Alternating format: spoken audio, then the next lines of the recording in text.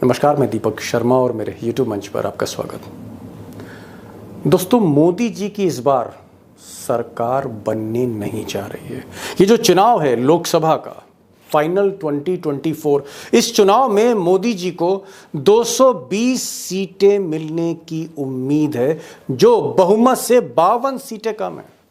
यानी अगले महीने जून में मोदी जी इस बार प्रधानमंत्री की शपथ नहीं ले पाएंगे। अब ये जो खुलासा, इतना बड़ा खुलासा, ये मैं नहीं कर रहा, मैं नहीं ये बात कर रहा हूं, ये बात कर रहे हैं देश की वित्त मंत्री, देश की फिनेंस मिनिस्टर निर्मला सीतारमण के पति पराकाला प्रभाकर। और प्रभाकर जी ये बात खुलकर कैमरे पर कर रहे हैं कि आपको क्या लग रहा है कि नरेंद्र मोदी कितनी सीट लाने वाले हैं? आपका असेसमेंट क्या है?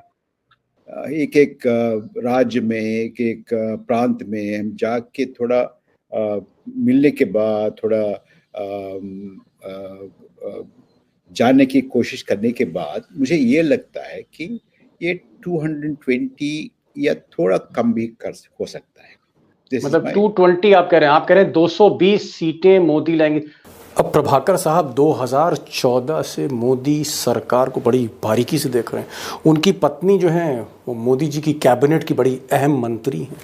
यही नहीं, प्रभाकर जो है वो जाने माने राजनीतिक विश्लेषक हैं और इस देश के बड़े अर्थशास्त्रियों में, इकोनॉमिस्ट में उनका नाम शुमार होता है। एक और बड़ी बात उन्होंने कही, उन्होंने कहा कि उत्तर प्रदेश, जी हाँ, इस देश का जो सबसे बड़ा सूबा है उत्तर प्रदेश में मोदी जी की हालत ठीक नहीं है, बीजेपी की हालत ठीक नहीं है। आप कह सकते हैं कि प्रभाकर के मुताबिक उत्तर प्रदेश गले की हड्डी बन गया है मोदी जी के लिए, और इस बार 50 से एक ज्यादा सीट नहीं मिलेगी। यानी 50 पर ही मोदी जी का रथ यूपी में रुक रहा है।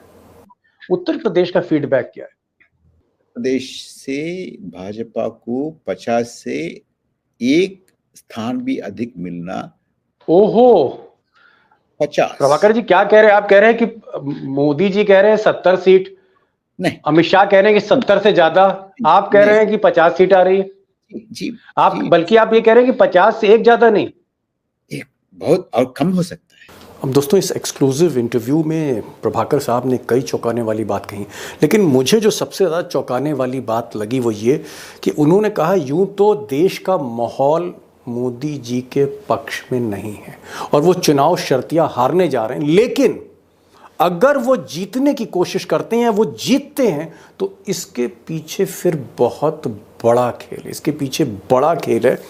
और उनका कहना है कि जो देश के पढ़े लिखे लोग हैं, बुद्धिजीवी हैं, वो भी ये मानते हैं, लोग मानते हैं कि कहीं ना कहीं मशीनों का खेल करके ही ये मुमकिन है। यानी कहीं ना कहीं अगर वो जीतते हैं तो उसके पीछे खेल है कि माहौल नहीं है, वो हारेंगे, लेकिन ये कुछ खेल कर सकते हैं ईवीएम से, इलेक्शन कमीशन से। देखिए इससे ज्यादा बेइज्जती किसी नेता को, किसी दल को हो सकती है क्या?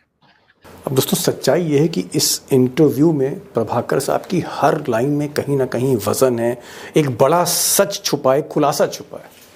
बहुत सी बातें उन्होंने कही इस इलेक्शन को लेकर, क्या होने जा रहा है, मोदी जी के ड्रॉबैक्स क्या हैं, सरकार वो किस तरह चला रहे हैं, एजेंसियां किस तरह से काम कर रही हैं, बहुत कुछ उन्होंने कहा है। लेकिन एक चीज़ यहाँ पर मैं कहना चाहूँगा कि 2014 से अब तक मोदी सरकार के भीतर जो लोग हैं, मोदी सरकार की फंक्शनिंग को जो लोग समझ रहे हैं, उनमें प्रभाकर एक वाहिद शख्स हैं जो सारी बातें खुलकर आज के दौर में कह रहे हैं। इसीलिए मैं चाहूंगा इस इंटरव्यू को आप आखिर तक देखिए, पूरी पिक्चर समझिए।